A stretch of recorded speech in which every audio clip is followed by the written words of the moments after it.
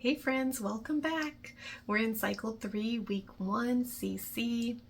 This year I'm teaching the young apprentices. So today I'm going to go over what we did in new grammar, and then at the end I'm going to talk about how we switched up the schedule a little bit this year, just because of the new ages I'm dealing with and the energy levels.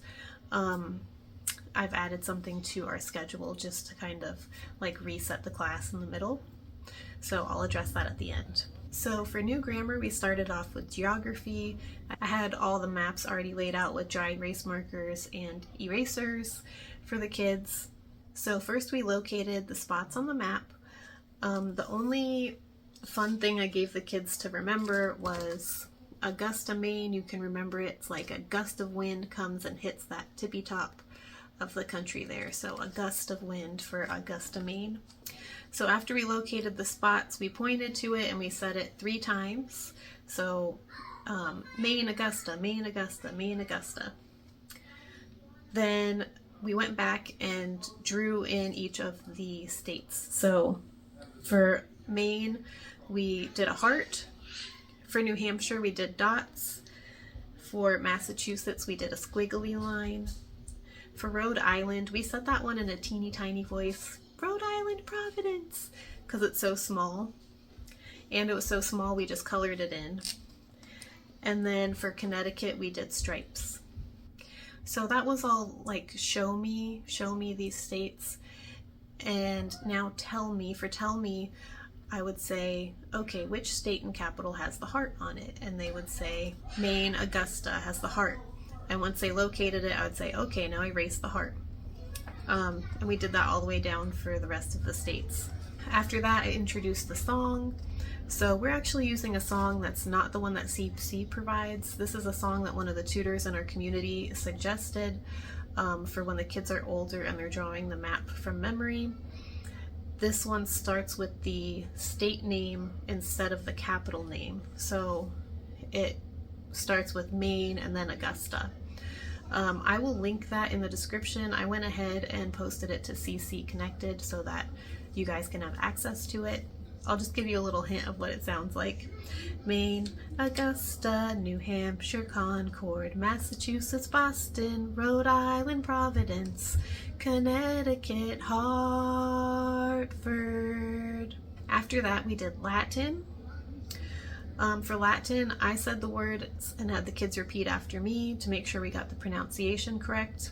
Then I would say the Latin word and they would say the English word. And after that, we did some body movements. So we tapped our hips. So we would say in, put, with, so forth throughout all the vocabulary. And then after that, we punched in front of us. I have a lot of boys in the class, so I was really trying to get some energy out. So in, put, with. Then we punched up in the air. And then the last thing we did was I had all the kids get behind their chairs and crouch down. So I would say in, they would say in and jump up. I would say put, and then they would say with and jump up. For timeline, most of the kids in the class already know timeline. There's only one child in the class who hasn't done it before, so I am aware of that and do try to go over the timeline so she knows the words that we're saying. So I had all the timeline cards up on the board, and as I pointed to each of them, I would say what it was called, and then the kids would repeat after me to make sure we all knew the right words. Then I played the song. Most of the kids already knew the song, so they sang along to it. They knew it so well that I ended up turning the music off and we all just sang it without any music, which was really good to hear the kids, to know that they knew the memory work. Then we pushed all the chairs in, we got up, and we walked around the table as we sang it. And then for the final walk around the table, we pretended that we were robots while we were walking around and singing the song. Next we did math. All the kids know how to count to 15 already, so we just counted to 15, and then we tried to count to 15 fast, and they really got a kick out of that. And then we also did jumping jacks while we counted to 15.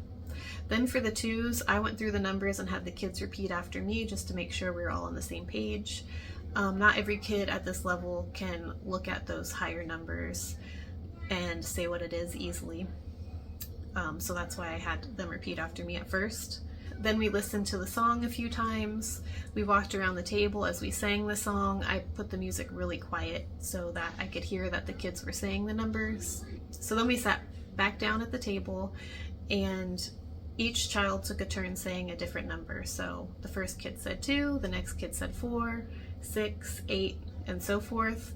When we got to the higher numbers, some of the kids were struggling, so their classmates jumped in and helped them, and that was really good. It really helped the camaraderie on the first day of school, where not everybody had been in the same class before.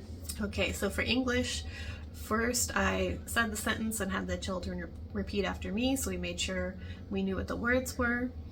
Then I taught them the hand motions. So for infinitive, we did this for an I, infinitive, and then 2 plus a verb, so the number 2, and V for verb, and then we said noun, adjective, or adverb. Then we put it to the tune of the wheels on the bus, so it goes like this. An infinitive is 2 plus a verb, 2 plus a verb, 2 plus a verb. An infinitive is 2 plus a verb, used as a noun, adjective, or adverb. Okay, next we did history. So for Columbus, we made a C. For 4 trips, we did the number 4. For the Caribbean, we made waves with our hands. 3 Spanish ships, we did 3 fingers. And then for the Nina, Pinta, and Santa Maria, we squatted down. So Nina, we were all the way down, then Pinta, we were up farther, and for the Santa Maria, we jumped up. Then after that, I split the kids into 3 groups, and each group I named a different ship. So one group was the Nina, and so forth.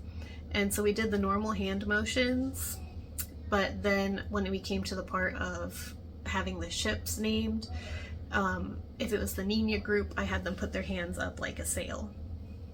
And another thing you can do is have the kids go around the table with their hands up like a sail, like they're sailing around the table, or you could even have them go up and down like they're on the waves.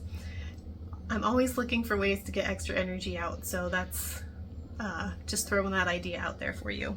All right, and then for the last thing we did was science, the 4 types of tissue. We did this for connective. For epithelial, we felt our skin, so I said it kind of sounds like epithelial, but it's epithelial. And we talked about an epidermis. Our skin is our epidermis.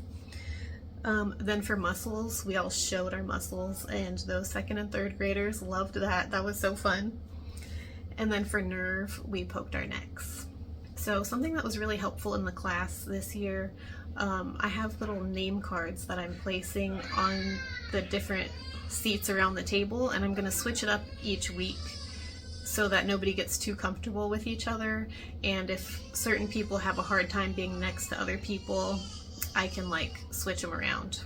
So the last thing I'm going to tell you about what I switched up this year is the schedule. So this is a schedule our director created for us.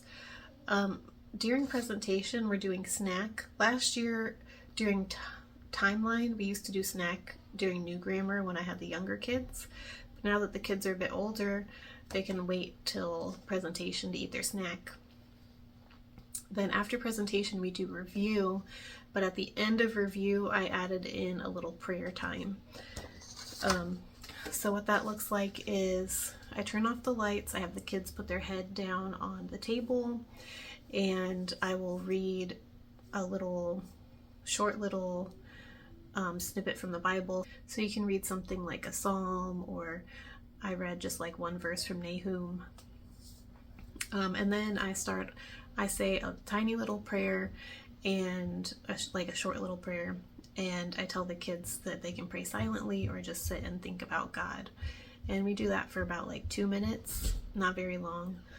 It really reset the classroom environment, and it helped me too, because I find that as a tutor, I'm just like going the whole time, and often I can feel like overwhelmed.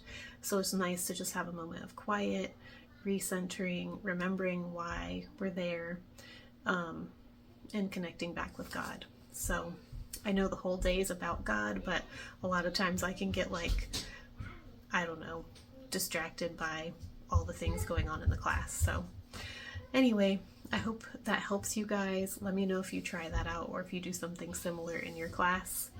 And I'll see you next time.